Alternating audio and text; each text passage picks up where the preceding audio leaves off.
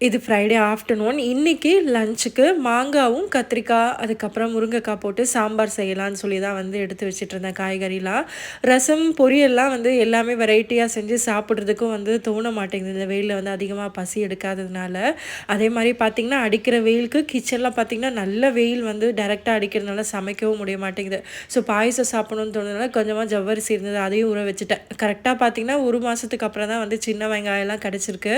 இப்போ இங்க இருக்கிற ஃப்ரெண்ட்ஸ் கிட்டலாம் கேட்டு தெரிஞ்சுக்கிட்டு, எங்கே சின்ன வெங்காயம்லாம் கிடைக்கும் கேட்டு 1 கேஜி வந்து பார்த்தீங்கன்னா, ₹100ன்னு சொல்லியிருந்தாங்க.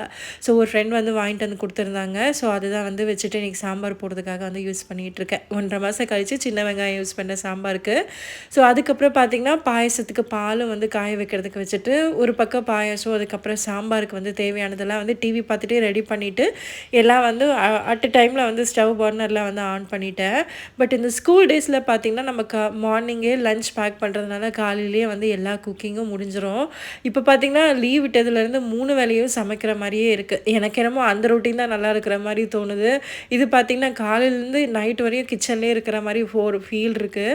ஸோ பார்த்தீங்கன்னா, லஞ்ச் வந்து ஆல்மோஸ்ட் முடிஞ்சிருச்சு. பாயசமும் முடிஞ்சிருச்சு. சைட் பை சைட் சாம்பாரும் கூட்டி வச்சுட்டேன். ஆனால் ரைஸ் பார்த்தீங்கன்னா, அவ்வளோ நேரமும் வெந்துட்டே இருந்தது இந்த ஒரு அரிசி. ஸோ சாப்பாடு வெந்ததுக்கப்புறமா அப்பளம் இருந்ததுனா நல்லா இருந்திருக்கும். பட் அப்பளம் இல்லாதனால வாழைக்காய் சிப்ஸ் வந்து வச்சு சாப்பிட்டாச்சு. அதுக்கப்புறம் நாளைக்கு காலைல பிரேக்ஃபாஸ்ட்டுக்கு கொஞ்சமாக இட்லி மாவுக்கு வந்து ஊற போட்டுட்டேன்.